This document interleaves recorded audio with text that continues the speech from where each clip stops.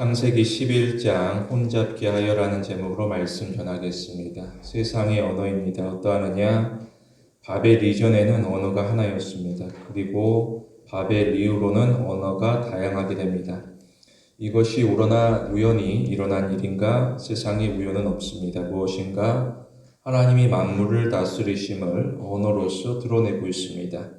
또한 이것은 섭리를 의미하고 있습니다. 섭리가 무엇인가? 섭리는 두 가지를 구성합니다. 먼저 하나님이 만물을 보존합니다. 히브리서에 보게 되면 하나님이 만물을 붙들어 보존하신다라고 알리고 있습니다. 따라서 신자는 하나님 안에서 삶의 의미를 발견하게 됩니다. 그리고 하나님이 만물을 통치합니다. 특히 하나님은 본래 계획하신 목적으로 만물을 인도하고 독려하며 통치합니다.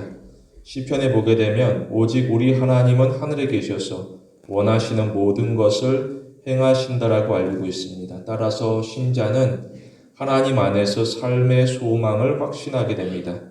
그러므로 사람이 무엇할 것인가? 사람은 하나님의 권위 아래 복종해야 될 것입니다. 그런데 세상을 돌아봅니다. 어떠하느냐? 세상은 두 가지를 주장하고 있습니다. 그게 무엇인가? 먼저 우연론입니다. 사람들은 세상이 우연에 의하여서 다스려진다라고 주장합니다. 그리고 운명론입니다. 사람은 세상이 운명에 의하여서 다스려진다라고 주장합니다. 가만히 보게 되면 이들은 공통점이 있습니다. 무엇인가? 그들은 사람의 자유의지를 강조합니다. 동시에 그들은 하나님의 통치를 거부하게 됩니다. 나아가 그들은 죄에 대한 하나님의 심판에 대하여서 왜곡하고 부인하게 됩니다. 사실 하나님은 스스로 충족하는 분입니다. 이게 무슨 의미인가? 사람은 연약합니다. 따라서 사람은 의존적인 존재라고 표현할 수 있습니다. 그런데 하나님이 어떠하느냐? 하나님은 완벽합니다. 하나님은 모자르거나 부족한 것이 없습니다. 어느 정도냐? 성경이 교훈하기를 시편에 보게 되면 하나님은 세계와 거기에 충만한 것이 다 내 것이라고 이야기하시게 됩니다. 다시 말해 하나님은 창조 질서에 의존하지 않습니다. 오히려 하나님은 창조 질서를 주관하시게 됩니다. 그러므로 하나님은 사람을 필요로 하지 않습니다. 오히려 사람이 하나님을 필요로 하게 됩니다. 이에 대하여서 하나님은 사람에게 자비를 베풀기로 결정하시게 됩니다. 어떠하느냐? 하나님은 아담과 하와에게 하나님이 창조하신 세계를 돌보는 일을 맡기시게 됩니다. 그런데 아담과 하와가 무엇하느냐? 그들은 불순종하게 됩니다. 유의할 것은 이것이 실수가 아니라는 것입니다. 오히려 그들은 하나님의 말씀을 알고 있음에도 하나님의 권위를 의도적으로 거부합니다. 나아가 그들은 하나님의 말씀을 무시하며 하나님의 영광스러운 보좌를 차지하고자 하게 됩니다. 그런데 사람의 죄가 하나님의 위엄을 손상시킬 수는 없습니다. 오히려 하나님이 사람의 죄하여서 심판하시게 됩니다. 히브리서에 보게 되면 하나님은 모든 사람의 심판자라고 알리고 있습니다. 신자는 겸손하게 됩니다. 신자는 하나님의 주권을 인정하되 심판 가운데 더욱 하나님을 경외하게 됩니다. 여전히 하나님은 주권적인 의지로서 만물을 지정된 목적으로 인도하시게 됩니다. 시편 137편에 보게 되면 이스라엘이 범죄하게 됩니다. 이스라엘은 하나님을 섬기지 아니하고 오히려 하나님을 떠나서 자기의 지식으로 세상을 쫓아가게 됩니다. 그러자 그들은 곤란에 처하게 되는데 바로 바벨론이 그들을 공격하게 됩니다. 어떠하느냐? 바벨론 앞에서 예루살렘은 무기력하여서 정복되어지게 됩니다. 그리고 바벨론은 이스라엘의 백성들을 사로잡아서 머나먼 타국으로 포로로 끌고 가게 됩니다. 이에 대하여서 시편에서는 우리가 바벨론의 여러 강변에 앉아서 시온을 기억하며 울었다라고 알리고 있습니다. 이어서 우리가 이방 땅에서 어찌 하나님의 노래를 부를 수 있겠느냐라고 말하게 됩니다. 그야말로 이스라엘은 일상이 무너지게 되고 또 나아가 그들의 마음까지도 완전하게 무너지게 됩니다. 그들의 매일이라는 것은 절망의 연속이었습니다. 이스라엘에게 있어서 기쁨은 사라지게 되고 대신 그들 가운데 슬픔으로 가득하게 됩니다. 그런데 죄를 깨닫는 슬픔은 그들에게 새로운 소망으로 이어지게 됩니다. 이게 무엇인가? 만일 이 비극이 하나님의 주권에 의한 결과라면 새로운 소망 역시 하나님의 주권에 의한 결과라는 것입니다. 그래서 시편에서는 이스라엘이 하나님이 시온의 포로를 돌려보내실 때에 우리는 꿈꾸는 것 같았다라고 표현하고 있습니다. 우리는 하나님을 높이게 됩니다. 하나님께서는 우리를 존재하게 하시는 분입니다. 성경에서는 그는 우리를 지으신 자시라고 알리고 있습니다. 우리는 세상의 조언이나 지식에 의존하지 않습니다. 오히려 우리는 하나님의 말씀에 귀를 기울이게 됩니다. 특별히 성경입니다. 무엇인가 성경은 하나님을 아는 지식을 가르치고 있습니다. 보다 자세하게 성경은 창조주 하나님과 구속자 예수 그리스도를 가르쳐 알려주고 있습니다. 목적은 우리의 구원이었습니다.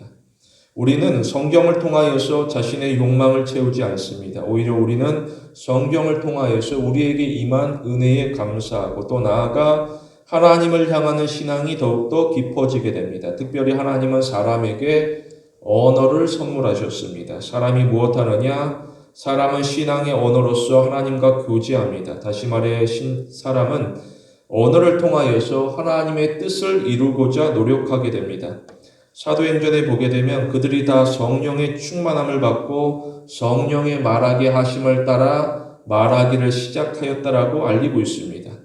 우리는 거친 세상 가운데 속에서 나의 영화가 아니라 오직 하나님의 영광을 위하여 살아가기를 결단하고 주의 말씀에 순종해야 할 것입니다.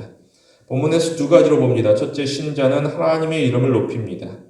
바벨이라고 하고 있는데 뜻이 무엇인가 두 가지입니다. 먼저 바벨은 하늘의 문을 뜻하고 있습니다. 그리고 바벨은 이 땅의 혼란을 의미하고 있습니다. 사람들은 바벨탑을 통하여서 하늘의 문에 도달하고자 하게 됩니다. 그런데 결과는 어떠하느냐? 오히려 사람들은 바벨탑을 통하여서 이 땅 가운데 크나큰 혼란에 빠지게 됩니다. 하나님이 어떠하느냐? 하나님은 완전합니다. 그리고 하나님은 전능합니다. 하나님은 선한 지혜와 능력으로 신자를 올바른 길로 인도하시게 됩니다. 그러므로 사람이 무엇할 것인가? 사람은 하나님에게 복종해야 됩니다. 하나님은 선한 목자입니다. 하나님은 사람을 푸른 초장 쉴 만한 물가로 인도하시게 됩니다. 그런데 때때로 신자가 이해되지 못하는, 이해할 수 없는 상황에 처하게 됩니다. 무엇인가? 바로 사망의 음침한 골짜기입니다.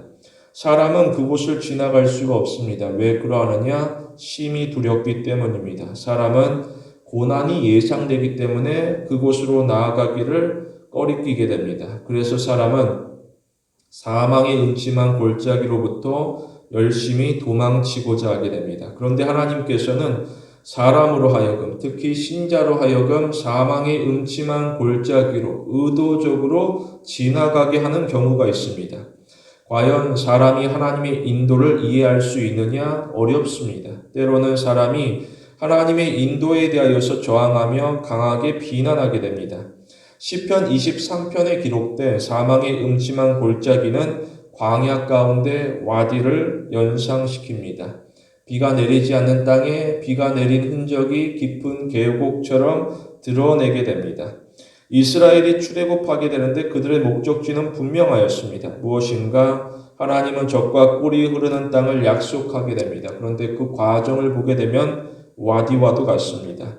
하나님께서는 이스라엘을 광야로 이끄시는데 광야는 열악하게 됩니다. 비가 내리고 물이 흐른다라고 하는 흔적은 있으나 비를 볼 수 없고 물을 확인할 수가 없습니다. 모두가 이 사실을 알고 있었고 모두가 이 상황 가운데 더욱더 두려워하게 됩니다. 그래서 이스라엘은 광야를 바라보며 하나님의 계획에 대하여서 의심하게 됩니다. 나아가 이스라엘은 광야의 와디를 바라보며 하나님의 인도에 대하여서 원망하게 됩니다. 어느 정도냐? 이스라엘은 모세를 향하여서 애굽에 무덤이 없으므로 우리를 이끌어내어서 이 광야에서 죽게 하는 것이냐고 말합니다. 이어서 이스라엘은 우리를 내버려 두라. 우리가 애굽을 섬길 것이라 하지 아니하였느냐. 우리가 애굽을 섬기는 것이 광야에서 죽는 것보다 나을 것이라고 말하게 됩니다. 이처럼 이스라엘은 하나님께서 약속하신 가나안 땅을 향해 가면서도 여전히 그들은 뒤를 돌아보며 애굽을 계속해서 그리워하게 됩니다. 성경에 보게 되면 사람이 만든 제국이 소개되어지게 됩니다. 어떠하느냐? 제국은 부와 명예, 권력이 집중되어지게 됩니다. 사람은 제국을 통하여서 자신의 안전을 보장받고자 하게 됩니다. 나아가 사람은 제국을 통하여서 자신의 부를 축적하고자 하게 됩니다. 이것은 마치 바벨탑과도 같습니다. 그중 하나가 바로 애굽입니다. 애굽이 하는 일은 무엇인가? 애굽은 이스라엘을 학대합니다. 어느 정도냐? 바로왕은 급기야 유아 살해를 명령하게 됩니다. 이스라엘은 애굽을 통하여서 자신의 안전을 위협받게 되고 이스라엘은 애굽을 통하여서 자신의 부를 착취당하게 됩니다. 후에 바벨론이 세워지게 되는데 어떠하느냐? 바벨론도 애굽과 크게 다르지는 않았습니다. 오히려 바벨론은 더욱 정교해진 정책으로 이스라엘을 학대하게 됩니다. 그게 무엇인가? 바로 우상입니다. 느부갓네살왕은 어느 날 갑자기 금신상을 제작하게 됩니다. 그리고 느부갓네살왕은 국가 정책으로서 모든 사람은 금신상 앞에 엎드려 절할 것을 명령하게 됩니다. 이어서 느부갓네살왕은 누구든지 엎드려 절하지 아니하는 자는 맹렬히 타는 풀무불 가운데 던져질 것이라고 명시하게 됩니다. 이처럼 제국의 정책, 제국의 법을 따라 사람을 통제하고자 하게 됩니다. 여기서 우리는 제국의 정책과 하나님의 율법이 비교되어짐을 알 수가 있습니다. 무엇인가? 제국의 정책은 사랑이 없습니다. 오히려 제국의 정책은 보복으로 일관하게 됩니다. 그런데 하나님의 율법을 보게 되면 보복이 주제가 아닙니다. 오히려 하나님의 율법에는 자비로운 사랑으로 넘쳐 흐르게 됩니다. 어느 정도냐? 성경 세 군데를 살펴보겠습니다. 마태복음 22장에 보게 되면 어느 율법사가 예수님에게 질문하게 됩니다. 뭐라 그러느냐? 그는 예수님에게 율법 중에서 어느 계명이 가장 중요하느냐라고 질문하게 됩니다. 그러자 예수님께서 뭐라고 대답하시느냐? 예수님께서는 마음을 다하고 목숨을 다하고 뜻을 다하여 주 너의 하나님을 사랑하여 하였으니 이것이 크고 첫째 되는 계명이고 둘째도 그와 같으니 너의 이웃을 너의 몸과 같이 사랑하라 하셨으니 이 두 계명은 온 율법과 선지자의 강령이라고 이야기하시게 됩니다. 바로 사랑을 이야기하시게 됩니다. 그리고 요한복음 13장에 보게 되면 최후의 만찬입니다. 예수님께서는 십자가를 앞두고 계셨습니다. 다시 말해 예수님은 치욕적인 죽음을 앞두고 있었습니다. 이런 어려운 형편 가운데 예수님께서 제자들에게 뭐라고 말씀하시느냐? 예수님께서는 자신에게 주어진 하나님의 뜻에 대하여서 억울해하지 않았습니다. 오히려 예수님은 그들 가운데 하나님이 원하시는 새로운 계명을 이야기하시게 됩니다. 그게 무엇인가? 예수님은 제자들에게 새 계명을 너희에게 주노니 서로 사랑하라. 내가 너희를 서로 사랑한 것 같이 너희도 서로 사랑하라. 너희가 서로 사랑하면 이로써 모든 사람이 너희가 내 제자인 줄 알리라고 이야기하시게 됩니다. 예수님께서는 제자들에게 사랑을 이야기하시게 됩니다.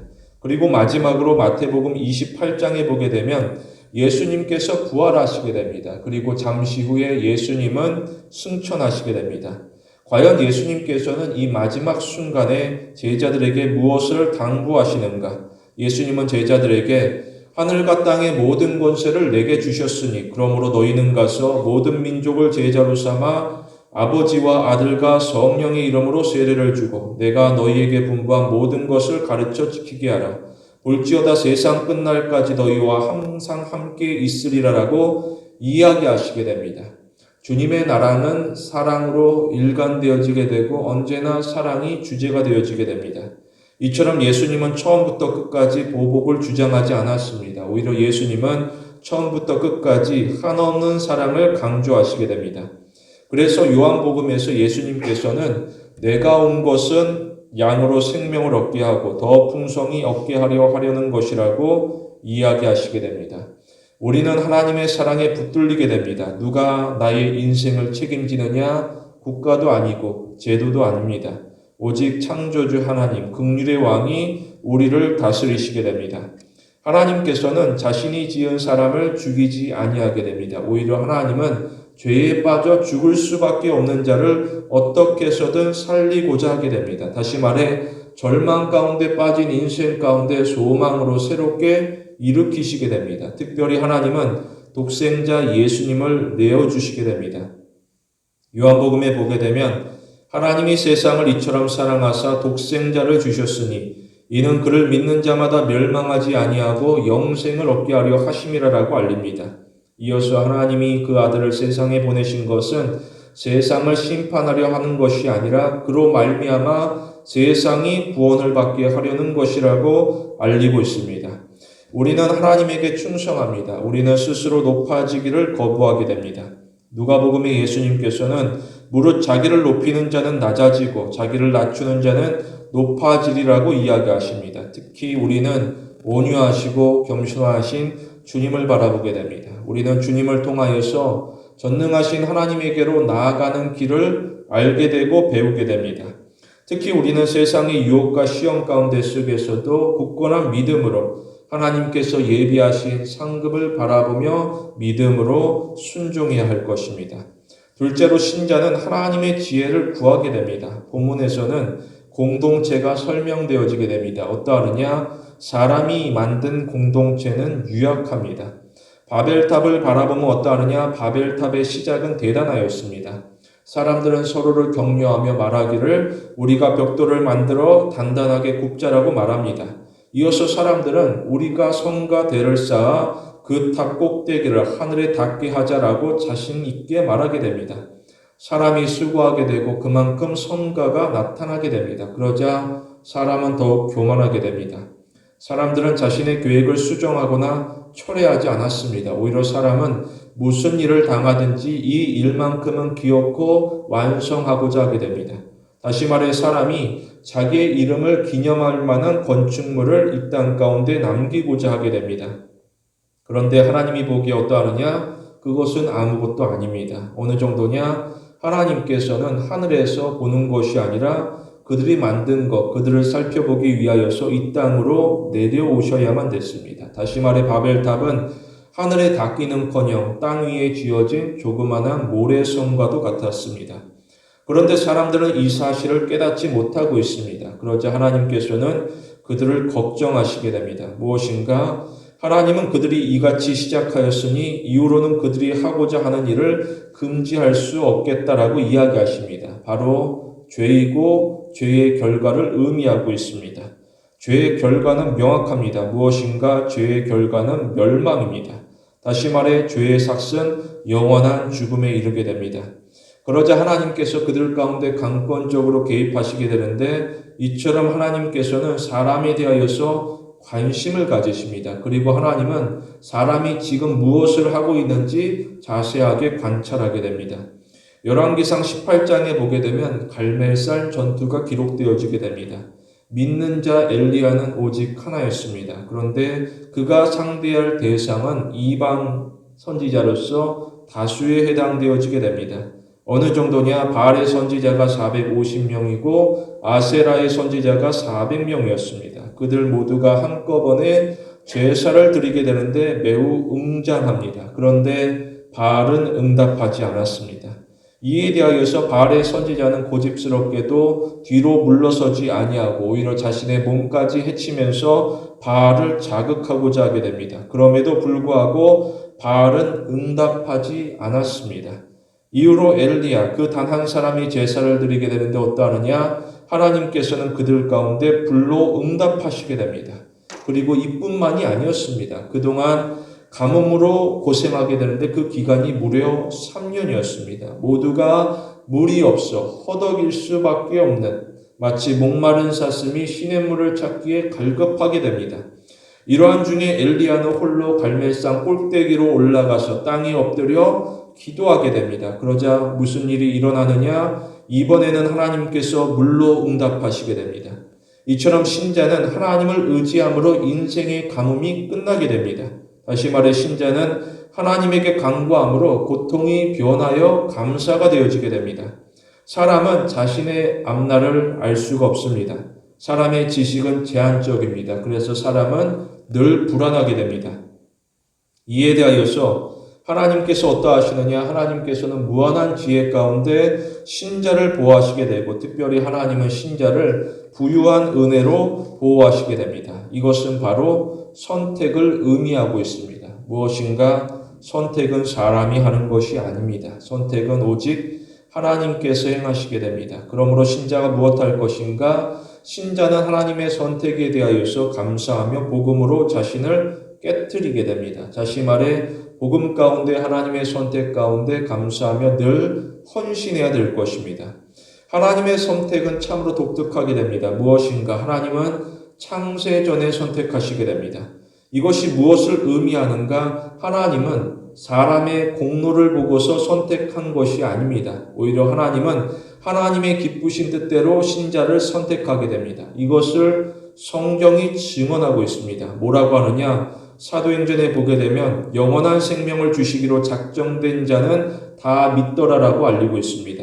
그리고 에베소서에 보게 되면 곧 창세전에 그리스도 안에로 우리를 택하사 우리로 사랑 안에 그 앞에 거룩하고 흠이 없게 하시려고 그 기쁘신 뜻대로 우리를 예정하사 예수 그리스도로 말미암아 자기의 아들들이 되게 하셨으니 이는 그가 사랑하시는 자 안에서 우리에게 거저 주신 바 그 은혜의 영광을 찬송하게 하려는 것이라고 알리고 있습니다. 신자는 신앙 여정 가운데 하나님으로부터 무엇을 얻을까 고민하지 않습니다.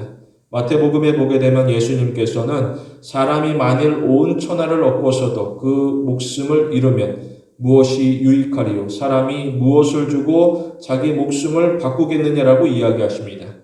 오히려 신자는 신앙 여정에서 나를 구원하신 하나님에게 무엇을 마땅히 올려드릴까를 고민하게 됩니다. 이처럼 신자는 하나님의 선택으로 인하여 위로를 얻게 됩니다. 그리고 신자는 하나님의 선택에 기뻐하며 자신에게 주어진 사명을 힘있게 감당하게 됩니다.